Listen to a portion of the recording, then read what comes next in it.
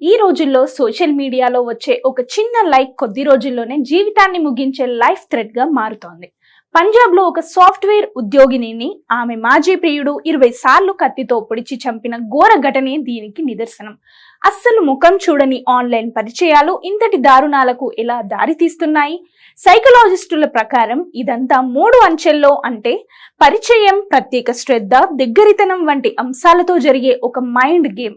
Insta, ఫేస్బుక్లలో అవతలి వ్యక్తి మనకు నచ్చినట్లు నటిస్తూ పొగడ్తలతో ముంచెత్తి సడన్ గా మాయమైపోతారు. దాంతో మన బ్రెయిన్ కాగ్నిటివ్ బయాస్ అనే భ్రమలో పడి ఇంట్లో వాళ్ళ హెచ్చరికలను పక్కన పెట్టి వారిపై పూర్తిగా డిమాండ్ అయిపోతుంది. సైకలాజిస్టులు చెబుతున్నట్టుగా ఈ రోజుల్లో కుటుంబాల మధ్య భౌతిక సాన్నిహిత్యం ఉన్న మానసిక ఒంటరితనం పెరిగిపోవడం వల్లే యువత ఇలాంటి ఆన్లైన్ వలల్లో చిక్కుకుంటున్నారు. స్క్రీన్ వెనుక ఉన్న వ్యక్తిపై మీ మనసు కలత చెందుతోందంటే అక్కడే ఆగి ఆలోచించండి. లేదంటే ఆన్లైన్ ప్రేమలు క్షణాల్లో ప్రాణాలు తీసే ప్రమాదకరంగా మారుతాయి.